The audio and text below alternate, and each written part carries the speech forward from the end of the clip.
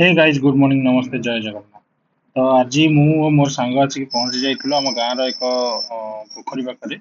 गाँव पोखरी साइड रे देख पारते आपण केते सुंदर सबुज सब गछ बिल सब अच्छी। तो आम आसिक पहुंची जाइथिलु ए पोखरी पाखरे जड़े बड़ भाई को देखिया पे आनिथिलु ए पोखरीटा कि संध्या बेले एठी भगवान राधाकृष्ण को एठी चाप खेला जाउची। चाप खेला माने सेटा हमर गोटे मेला थाए मेला होता है। तो ये होचन से बड़ भाई तांको आमे देखिया पे आनिथिलु कि संध्या बेले एठी मेला होउची। आमे संध्या बेले आसीबा आउ देखिबा चाप खेल केते बहुत भलरे चाप खेल होची। बहुत लोक एठी चारिपटे पूरा आछंती बसिक एंजॉय करछंती। तो आमे भी संध्या बेले आसीबा एंजॉय करिबा। तो एबे आमे चलंतु जिबा।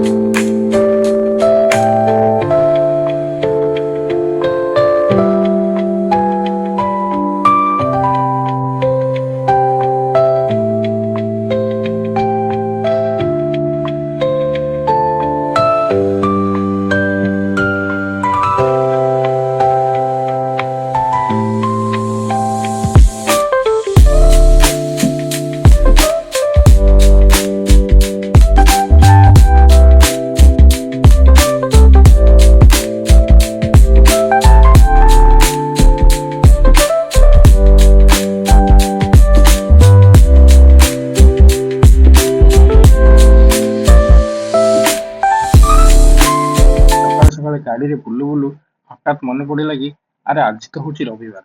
तो से भाई कहले चलो जीवा चिंकुड़ी आनिबा।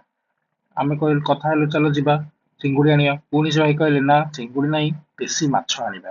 तो आम गाँ पाखरे गोटे जगह देसी माछ मिलुଥିଲା। तो आमे मो सांग आउ से भाई बाहरिलु ସେଇଠୁ କଥା ହେଇକି ଚାଲ ଯେ ଦେଶୀ ମାଛ ଆଣିବା। ଆମେ ଗଲୁ ଦେଶୀ ମାଛ ଆଣିବା ପାଇଁ। ଆମେ ଯେତେବେଳେ ସେ ଦେଶୀ ମାଛ ଦୋକାନକୁ ଗଲୁ ସେ ଦେଶୀ ମାଛ ଦୋକାନରେ ପହଞ୍ଚିଲା ବେଳକୁ ଦେଖିଲୁ ସେ ଦେଶୀ ମାଛ ଦୋକାନ ଆଗରେ ଗୋଟେ କୁଣ୍ଡ ହେଇଛି ଆଉ ସେ କୁଣ୍ଡ ଭିତରେ ତ ମାଛ ସଲସଲ ହେଇ ଖେଳୁଛନ୍ତି। ତ ବହୁତ ସାରା ଲୋକ ହାତ ପୁରେଇ ନିଜ ନିଜର ମାଛ ବାଛୁଛନ୍ତି। ତ ସେ ଭାଇ କଣ କଲେ ଗଲେ ଆଉ ଆମ ପାଇଁ ବି ମାଛ ବାଛିଲେ। ମାଛ ବାଛିଲା ପରେ ଆମ ପାଇଁ ମାଛ ବାହାର କରିକି ରଖିଲେ ଆଉ ମାଛକୁ ସେ ଦୋକାନୀ କାଟିକି ଆମକୁ ଭାଗ କରିକି ଦେଲେ।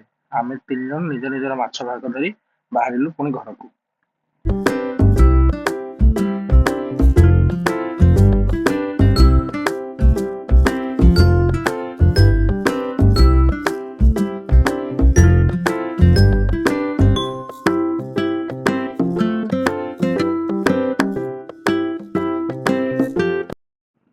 এই ଶେଷ ରବିବାରଟି ମୁଁ ମୋ ଗାଁରେ କେମିତି ଏନ୍ଜୟ କଲି ତାର ଭିଡ଼ିଓଟି ଯଦି ଆପଣଙ୍କୁ ପସନ୍ଦ ଆସୁଛି ତାହେଲେ ଲାଇକ୍ କରନ୍ତୁ, ଚ୍ୟାନେଲକୁ ସବସ୍କ୍ରାଇବ୍ କରନ୍ତୁ ଏବଂ ଭିଡ଼ିଓଟିକୁ ସେୟାର କରନ୍ତୁ। ଆମେ ଏବେ ଚାଲିଲୁ ନିଜ ନିଜ ଘରକୁ ମାଛ ଭାଜିକି ରବିବାରର ଏନ୍ଜୟ କରିବୁ। ଭିଡ଼ିଓଟିକୁ ଭଲ ପାଇବା ଦେଇଥିବାରୁ ଧନ୍ୟବାଦ।